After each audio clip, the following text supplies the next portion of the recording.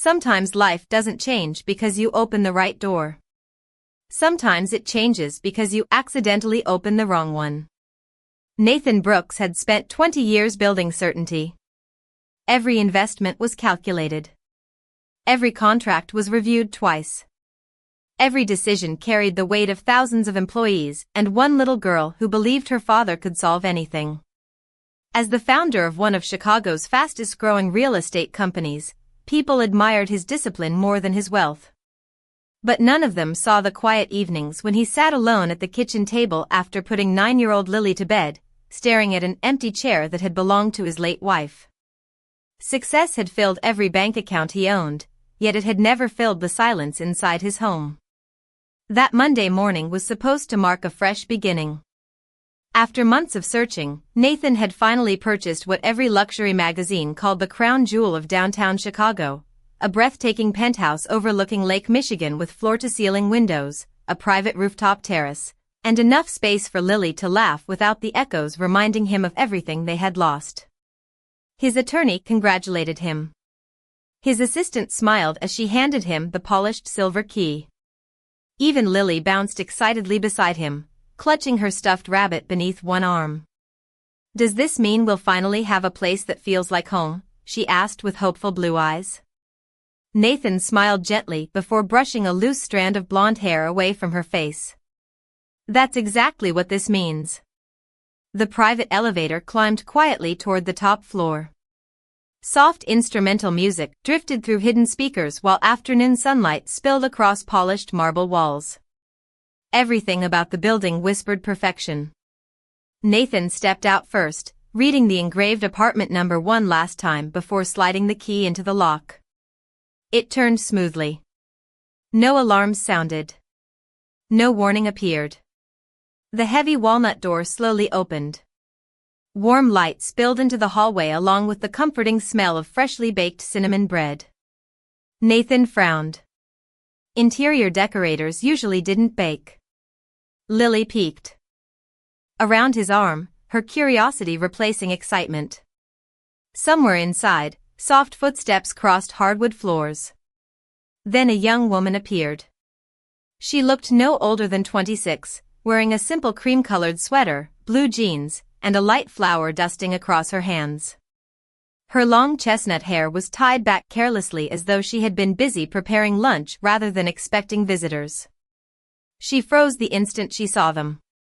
Nathan stopped just as suddenly. Neither spoke. The silence stretched long enough for all three to question reality itself. Finally, the young woman blinked twice and asked with genuine confusion, "Can I help you?" Nathan instinctively glanced down at the silver key still resting in his hand before looking back at her. "I'm sorry," he answered calmly. "I believe I just purchased this penthouse." The young woman stared at him for another heartbeat before giving a small, bewildered shake of her head. "That's impossible," she said softly.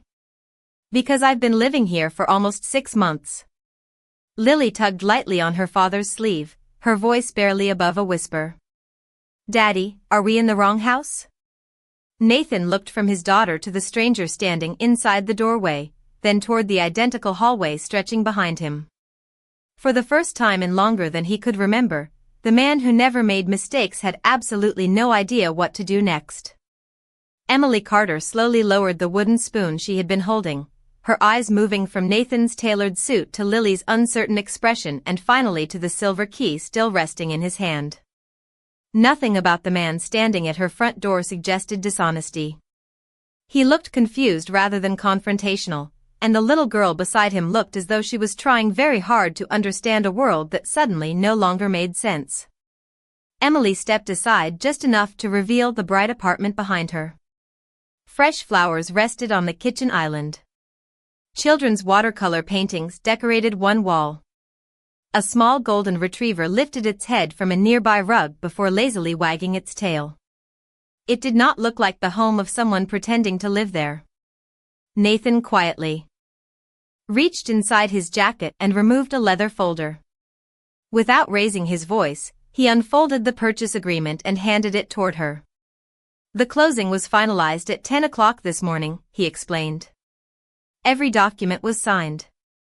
Every payment was completed. Emily accepted the paperwork with hesitant hands. As she read through the first page, the color slowly faded from her face. She walked toward a narrow desk beside the living room window and retrieved another folder. "Then maybe you should look at this," she said softly.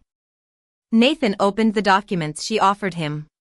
His expression remained calm, but inside his mind every carefully arranged assumption began to unravel. The lease agreement was genuine. The signatures were authentic. The building management company had approved Emily's residency nearly 6 months earlier. Nothing appeared forged. Nothing appeared suspicious.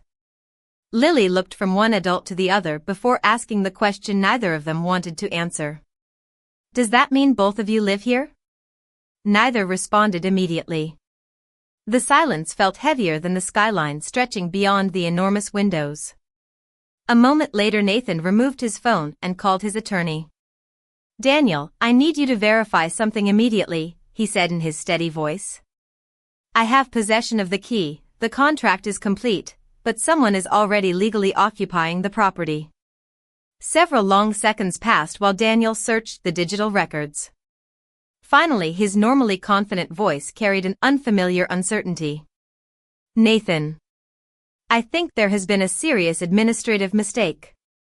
There are 2 penthouses on this floor with nearly identical unit numbers. One is labeled 27A. The other is labeled 27 Alpha. The closing documents may have been matched to the wrong physical key." Nathan closed his eyes briefly. During 20 years in real estate, he had seen delayed closings, financing disputes, and construction setbacks. He had never seen a mistake quite like this. Emily quietly sat on one of the bar stools, almost laughing from disbelief. "So you accidentally bought the wrong penthouse?" she asked. Nathan gave the smallest smile of embarrassment.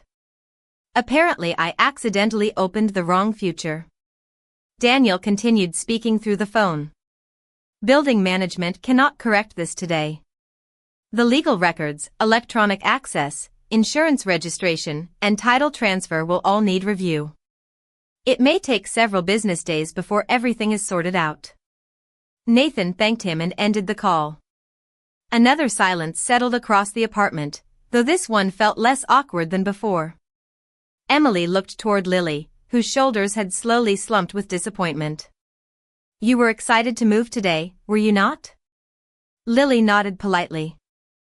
Emily's heart softened.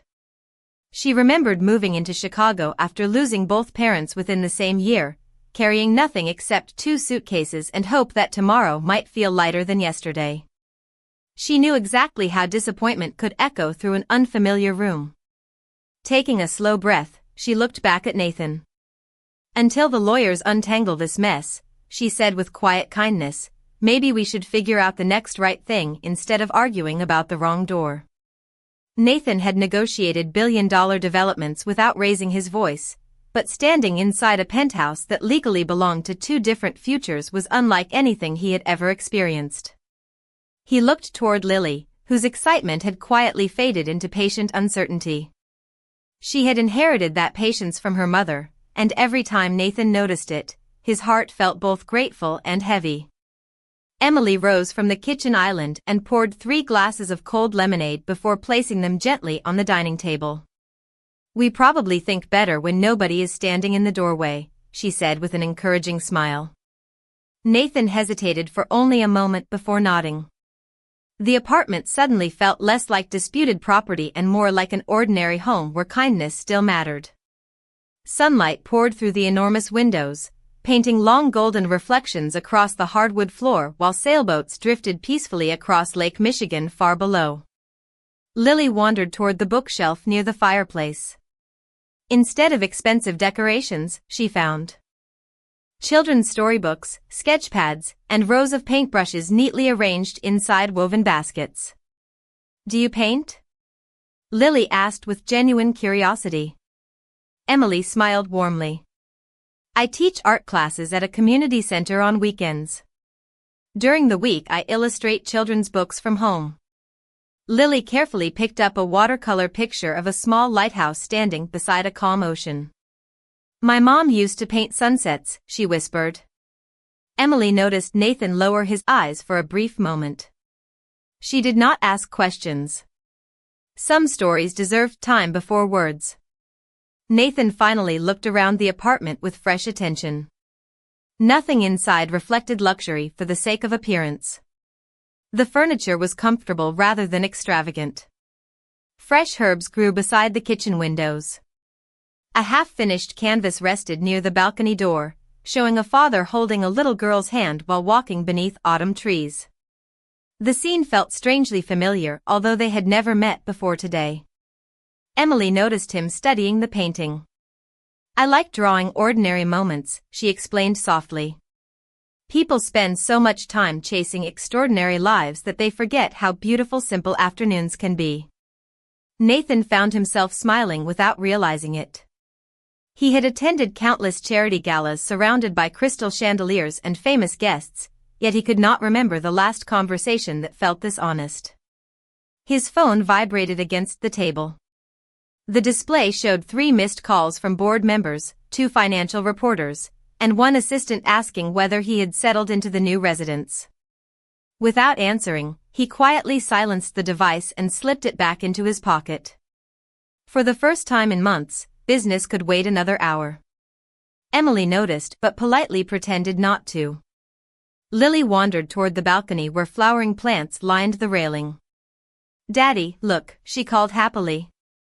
Tiny butterflies fluttered between lavender blossoms growing in ceramic pots. Nathan stepped outside beside her.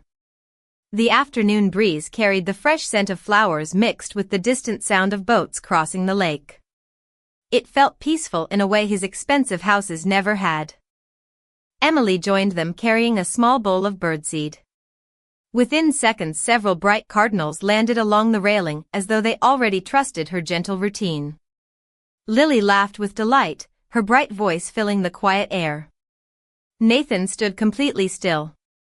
He had spent years buying remarkable places for his daughter, yet somehow this accidental afternoon inside someone else's home had given her more genuine joy than any luxury he had carefully planned.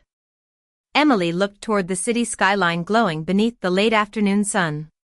"Sometimes life gives us neighbors," she said quietly.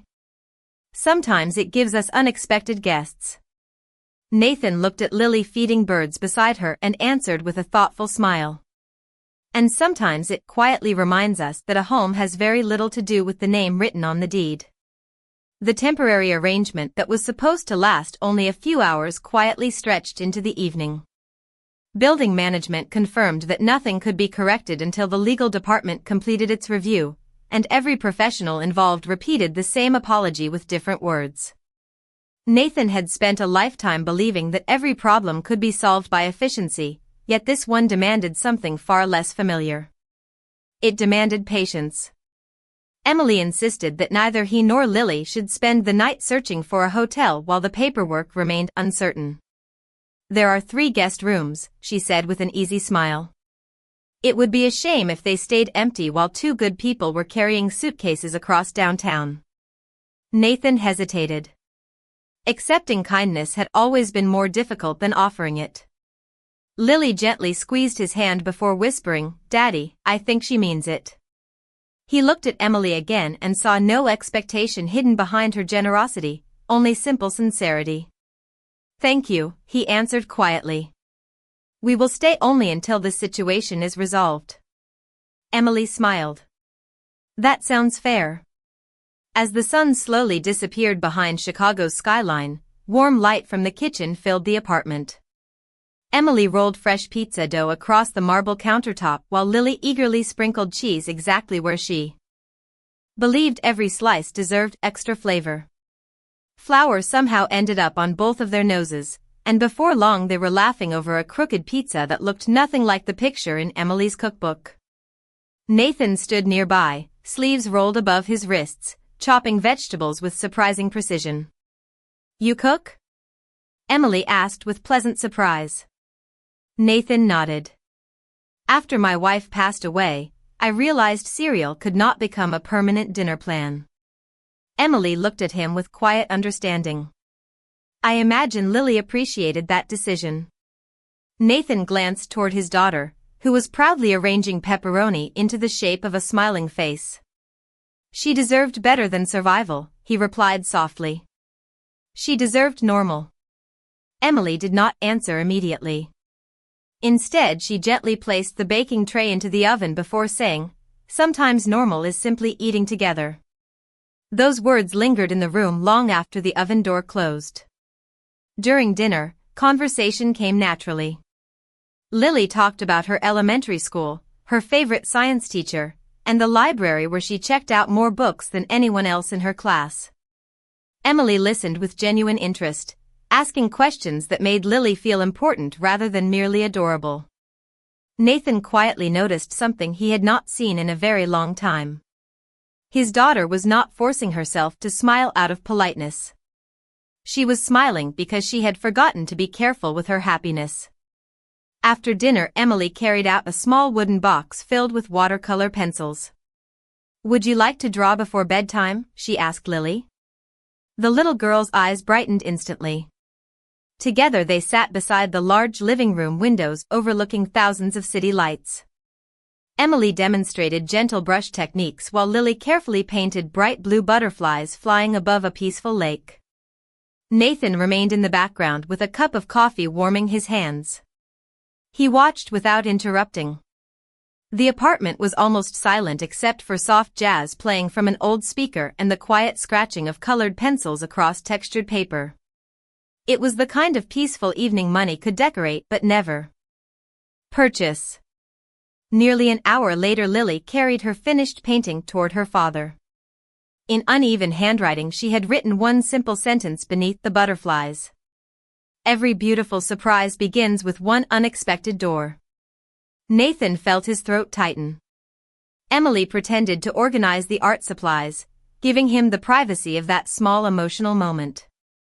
He looked from the drawing to the young woman quietly cleaning paintbrushes by the kitchen sink, and for the first time since losing his wife, the silence inside his heart did not feel quite so empty. Morning arrived beneath a sky washed in pale gold, and for a brief moment the strange arrangement almost felt ordinary. The aroma of freshly brewed coffee drifted through the penthouse while Emily hummed softly as she prepared blueberry pancakes. Lily sat at the kitchen island drawing another page in her sketchbook, occasionally looking up to ask Emily how to make clouds appear softer with watercolor pencils. Nathan stood near the windows answering a handful of urgent electronic mail messages before quietly closing his laptop. He realized he had spent less time thinking about quarterly reports during the past 24 hours than he had in years. It should have made him anxious. Instead, it felt unexpectedly peaceful. Their quiet breakfast was interrupted by the ringing of Nathan's phone. His assistant sounded unusually tense. "Mr. Brooks, I need you to look at the news immediately." Nathan opened a financial website on his tablet. His calm expression disappeared. A photograph filled the front page. It showed him entering the penthouse beside Emily the previous afternoon while Lily followed behind carrying her stuffed rabbit. Another photograph captured Emily smiling as she welcomed them inside.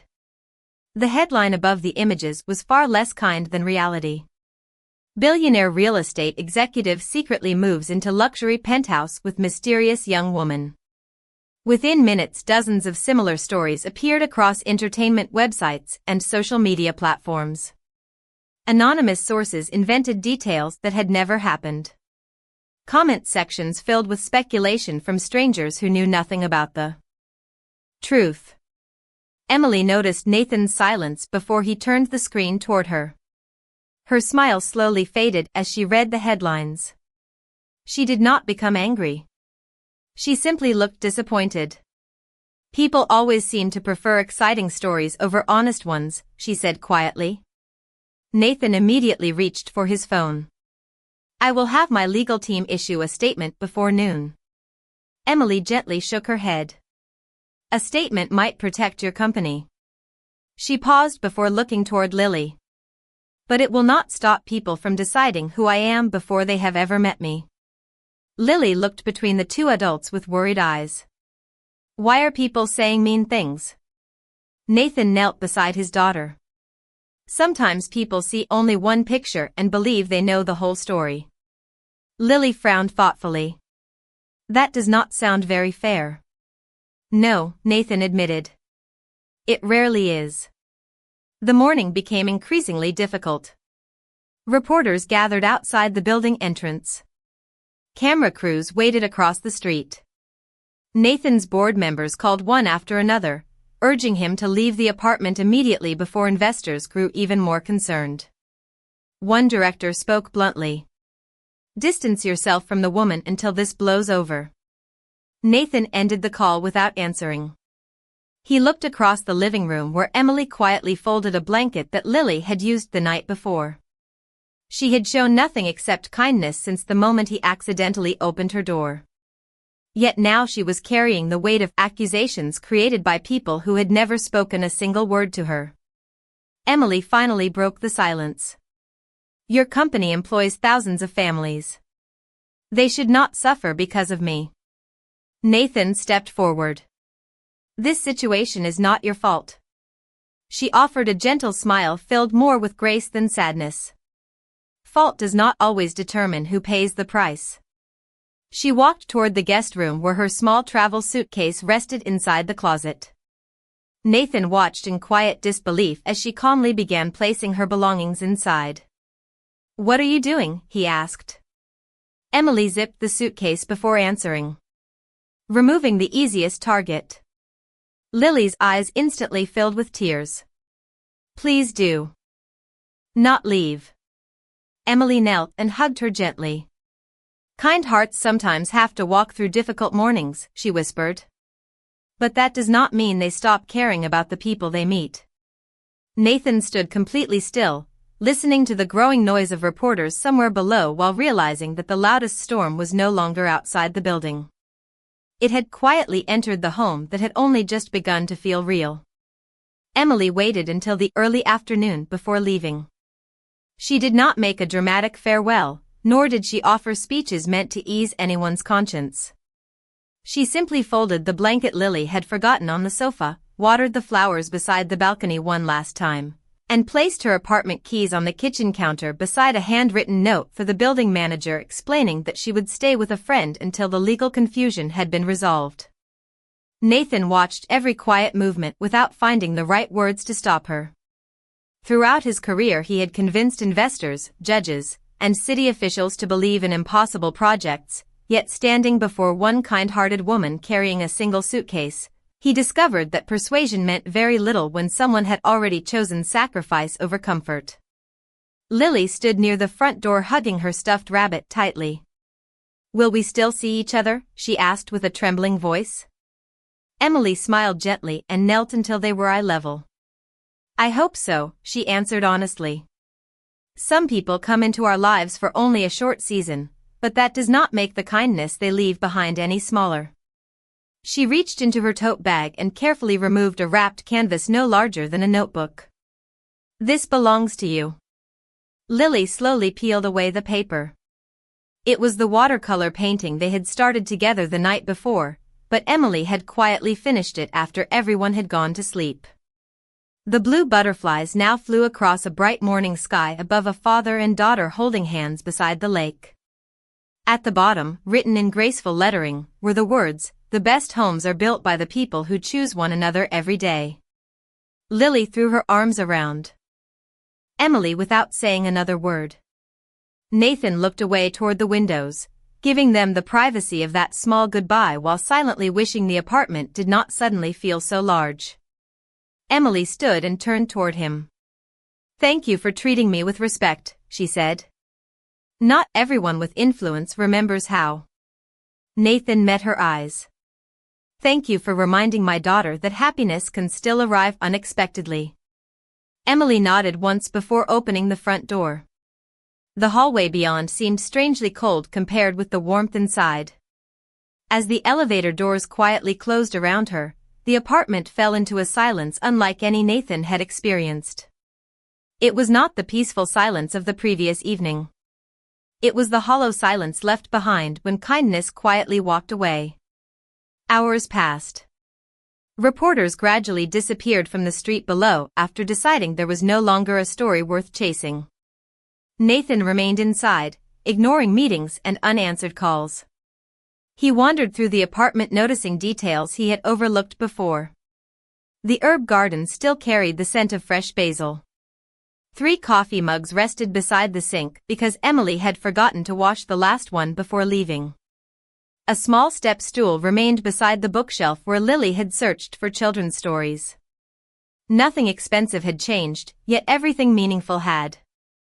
As evening settled across Chicago, Lily climbed onto the balcony with her painting held carefully against her chest.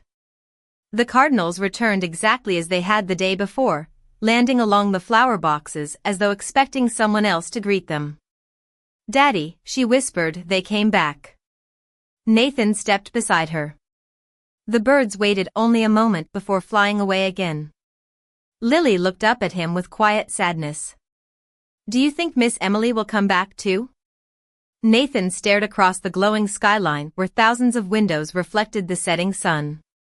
He had spent years believing ownership was proven by signatures, contracts, and deeds. Now he understood that the most valuable things in life could leave without taking a single possession. He gently rested one hand on Lily's shoulder and answered, with complete honesty, "I do not know. But I do know that anyone who leaves this much kindness behind is never truly gone from the hearts they touched."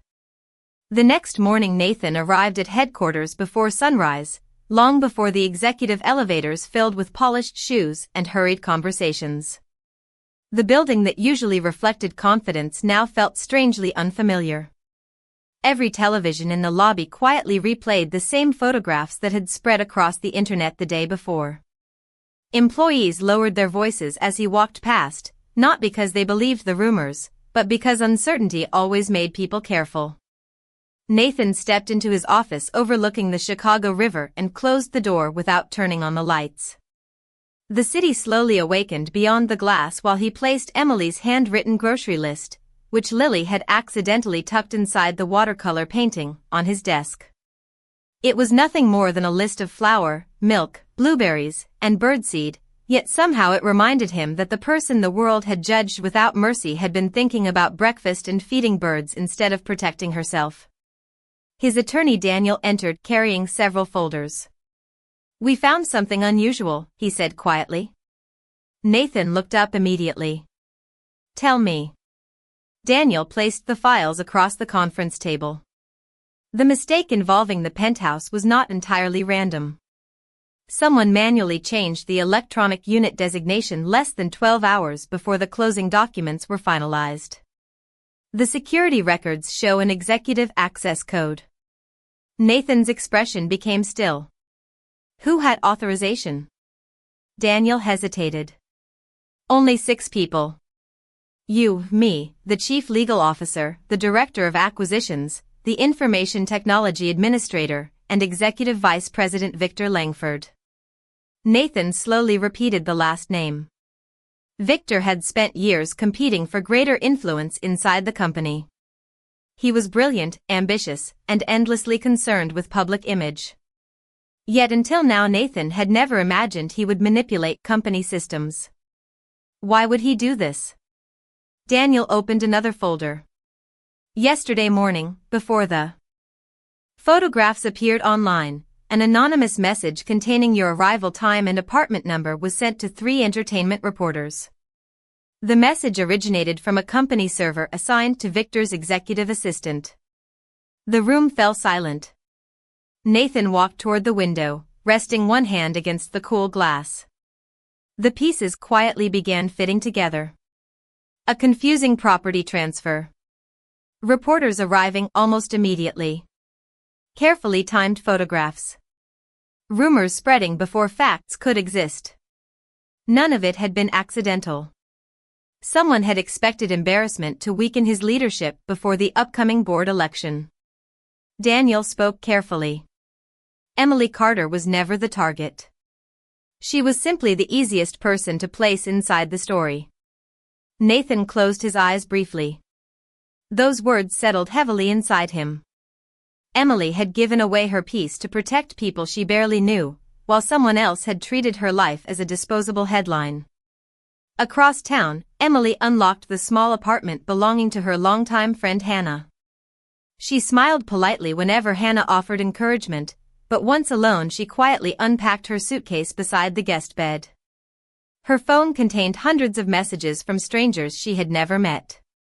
She ignored every one of them before placing the device face down inside a drawer. Instead, she opened her sketchbook and began drawing the same balcony where Lily had laughed while feeding bright red cardinals. She paused only when a single tear landed softly on the unfinished page, blurring one tiny blue butterfly. Back at the office, Nathan turned toward Daniel with calm determination replacing disappointment.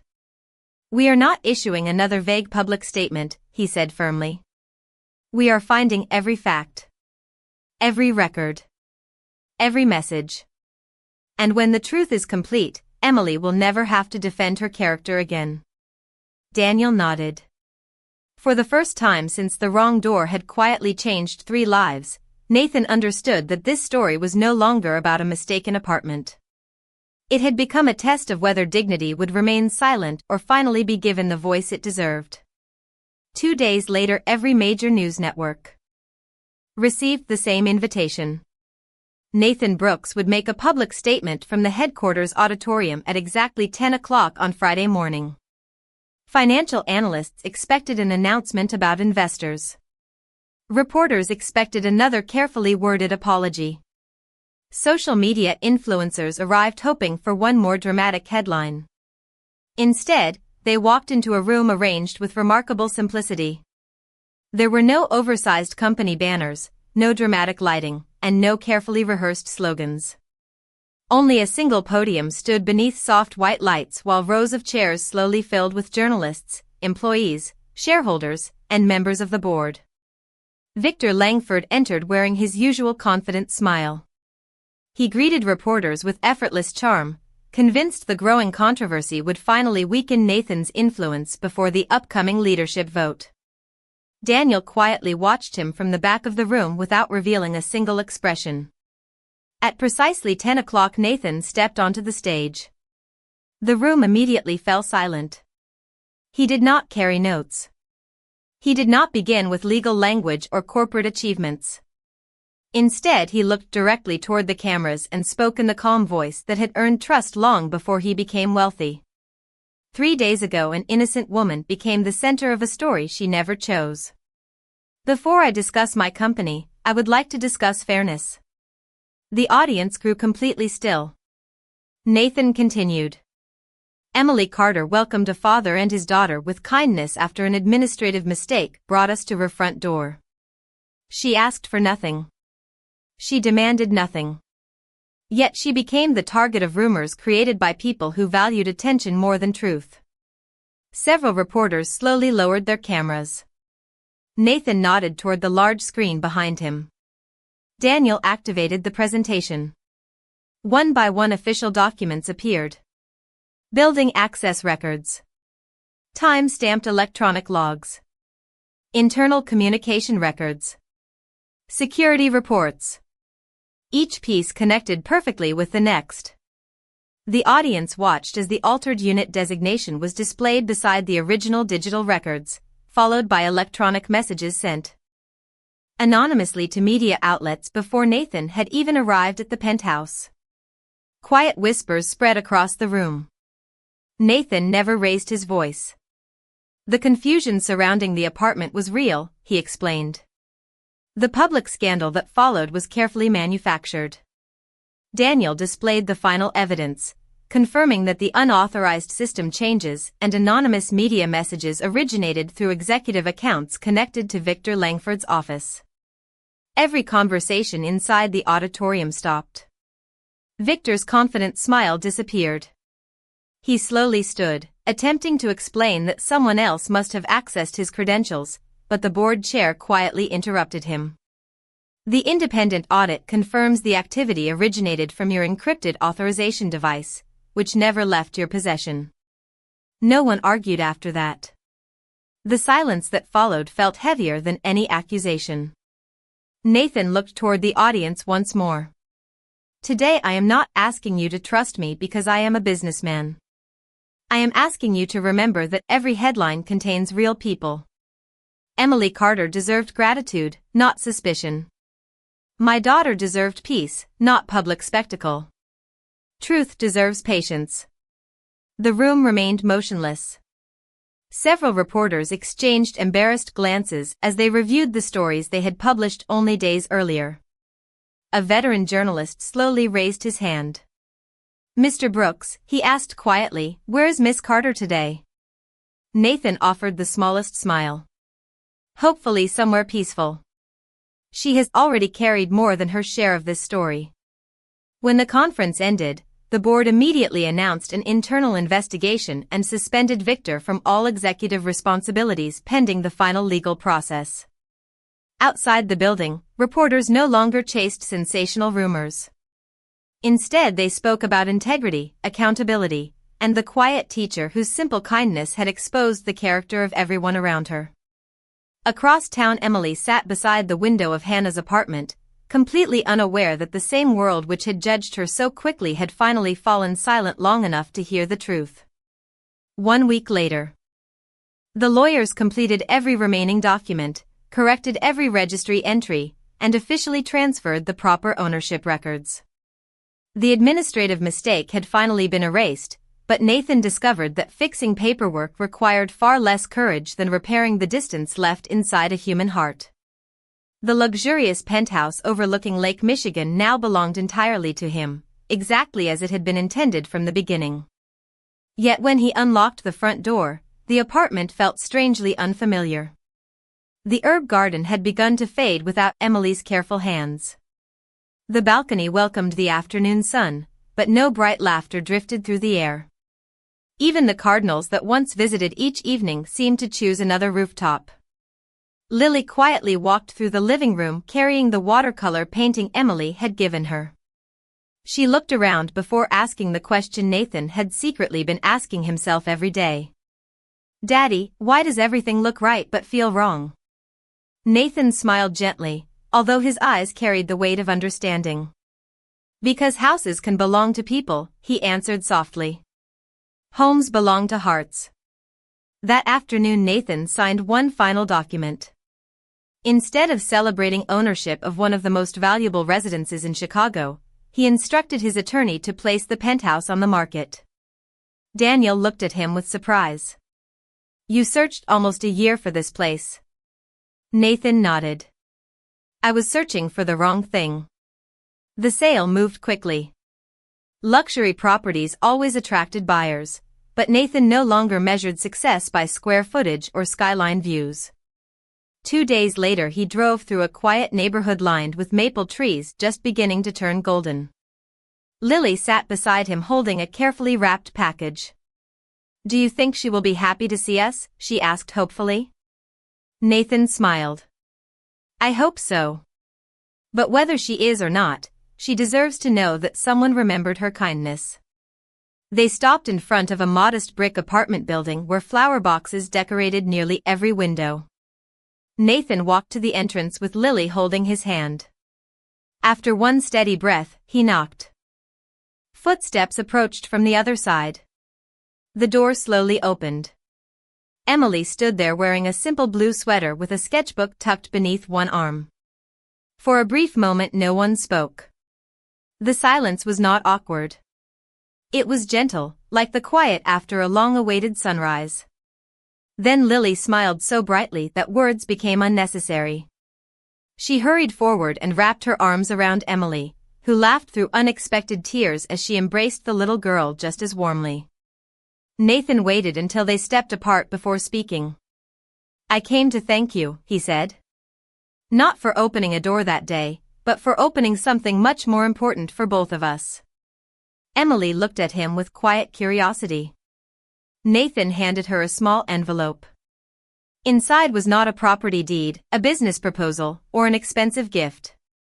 It contained only a handwritten note. She unfolded it slowly. In careful handwriting Nathan had written, "I spent years trying to buy the perfect home. Then I accidentally found the people who could make any place feel like one. If you would be willing, Perhaps we could start again, one ordinary day at a time. Emily looked up, her eyes shining with quiet emotion. She smiled with the same gentle kindness that had welcomed a confused father and his daughter on the afternoon they first met. I think, she said softly, the best journeys usually begin that way. A light breeze carried the scent of autumn leaves through the open doorway as Lily reached for both of their hands. Together they walked inside, not toward a mansion, not toward a fortune, but toward an ordinary afternoon filled with laughter, watercolor brushes, and the peaceful certainty that dignity, kindness, and second chances often arrive disguised as simple mistakes. Sometimes the wrong door is simply life leading us to the right people, and in the end, that is the only address that truly matters.